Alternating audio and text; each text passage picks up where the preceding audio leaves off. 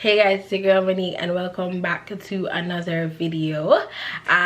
Today I'm going to be talking about what I did in my gap year. How was my gap year? What is a gap year? What did I do in my gap year? How do I feel after it? Like all of that I'm going to get into in this video. But before I get any further, do not forget to subscribe to the channel. Okay, so what is a gap year? A gap year is a year that people take in between semesters, or it's like a year that people take in between their classes in university. Some people take it before university, just in between high school and university. So you can take it anywhere. It's just pretty much a gap, a break year that you take in between school. Why people take this varies. People take this for so many reasons. People take it to travel, people take it to see the world, connect with people, like all sorts of things. There is a multiplicity of reasons why people can take it. Why I took it, also a multiplicity of reasons. I took my gap year because I felt like I was really being defined by school, meaning that I didn't really know who I was outside of my courses. So I was like that, I was immersed in school because that's just how, when you grow up in the Caribbean, they make you be. School is just, you're in school all the time. That's, learning is a big deal there. So that's how I felt. I was always going to school from I was 3. I felt like I was always in school. So I was like, okay, I need to take a break, and I did. I said I'm going to take a break. Yeah.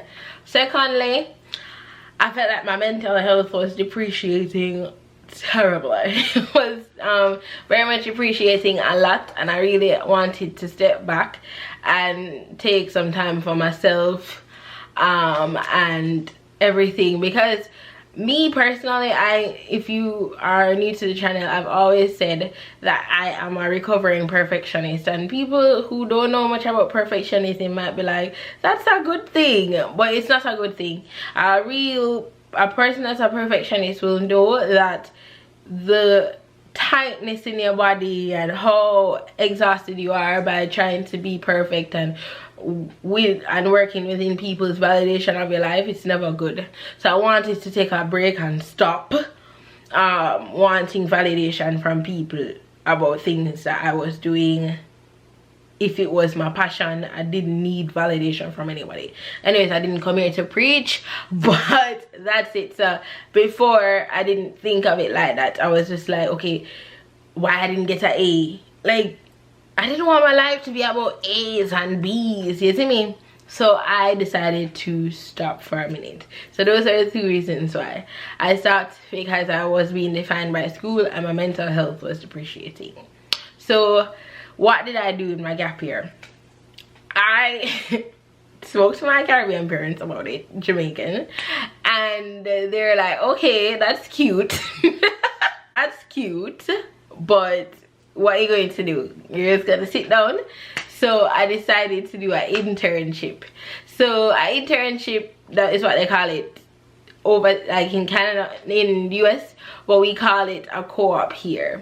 So it's a cooperative education, something like that, and it's pretty much where you get work experience in your field that you're doing a degree in. So it's really good to get industry experience and all of that.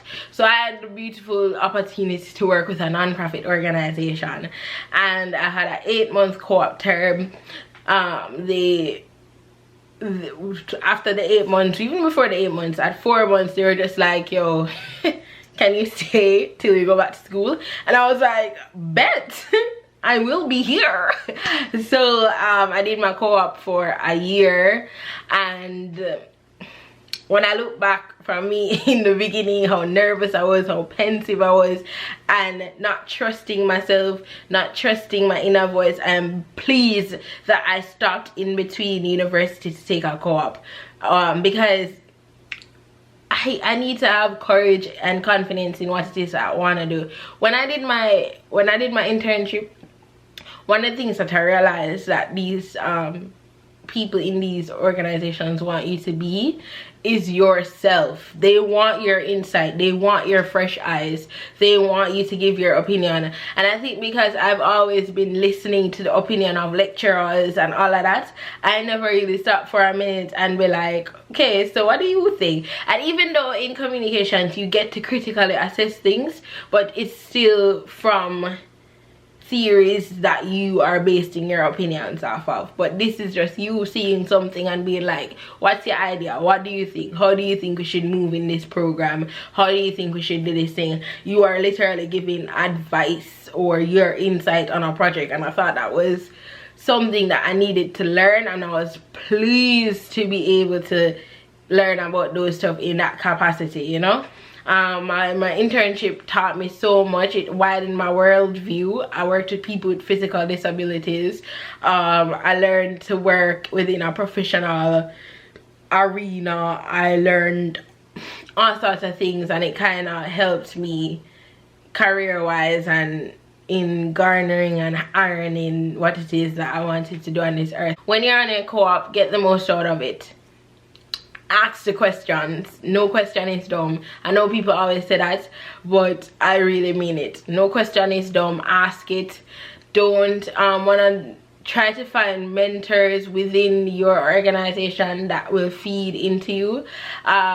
I remember when I was spearheading my first meeting, and I was like, okay, what do I even do? And there were certain lingos and certain stuff that I did that I kind of discredited myself within, and my supervisor said to me, my manager said to me, yo, when you do this in a meeting, be confident. Don't say, well, that's my opinion at least. No. What you said is what you said. From your say to say more, it's your opinion. So those kind of tips I was grateful to have learned. So find mentors within your organization. Don't run down people to be a mentor, you know, but listen to what they say. Be a student. Listen, learn. They know it, you don't. And so I learned so much from my co-op. I'm so glad I took it. So that's the first thing I did. Though, so that's career wise. What did I do mentally wise? Because there were two facets. Mentally wise, I started to fall in love with myself again. I know that sounds cliche, but that's what I did.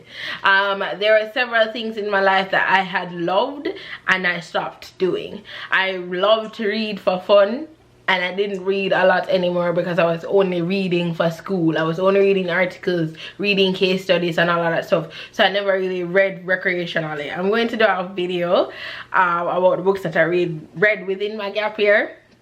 So you will see that. Either I'll link it or it's to come. But yeah. Also, I just started to do a lot of things that I liked. I went out, I went to different concerts. I really love music. I love music to the ground, guys. So I went out, did music. I just tried to go around and fall in love with who it was that I am before society and school clouded my expectation of who it is that I can be in this world. So I really fell in love with that again, the money that I was before. So laughing loudly, reading a ton of books, having your head in a book, being creative, writing, doing this YouTube thing, just being that, like, those were stuff that I loved long time before. And you know, sometimes I wanted to be on TV one time. I wanted to be a journalist. So like, you know, them little things. And I think oftentimes society poses its realism on you, and I'm a OG idealist. Like I am a dreamer. So sometimes when realism kind of quells down who it is that you are, you need to step back sometimes and say, oh, keep your reality over there and let me dream. Number 3 is that I stepped into the newness of who it is that I am. The change of who it is that I am along the way. I changed so much, y'all. I changed so much, it's not even funny. It's actually not really funny. I changed a lot. I fell in love with who it is this new Monique is. It was just so eye-opening. It was refreshing. It was rejuvenated. I could feel my soul smiling at who it is that I am now. Sometimes when you're in university or you're going through life, you're so immersed. I'm hyper focused when I'm in school. I'm hyper focused on anything that I don't know. I'm very hyper focused when I'm in school. So when I'm in school, it's school. I'm not focused on nothing else, and that's not good. So when I took a break, I tried to be looking on different things, relationships. Who am I as a person as a 20-something in relationships? Who am I as a 20-something in friendships and laughing and just career-wise? So I really had to stop for a minute and say, oh, who are you? The newness. So I tried different hairstyles. I did so many things along the way to step into the newness of who I am. Bigger worldview, God-wise, my faith journey. It has been a journey, and I've just been really working on my relationship with God throughout this year. And it's not just this year, but this year I was very intentional on the place that I want to have God in my life, and I'm really blessed. I felt like it was something that he was calling me to do. I was just focused on all of this thing and not really focused on him. So you have to stop for a minute and say, oh, what it is that I want to center my life on. And I wanted to center my life on faith and God and the newness of who he wants me to be. And it was just so beautiful to see all of that, you know, all of that. I let go of a lot of pettiness. It's not like the year completely, it's not like the year completely changed me, but it definitely did a number on me, and I'm glad that I took it. So now I'm going back to school. I'm super excited. I'm excited to go back. I'm excited to learn. Yeah, it's gonna be fun. And yeah, thanks for watching the video. I'll come back for more. Bye guys.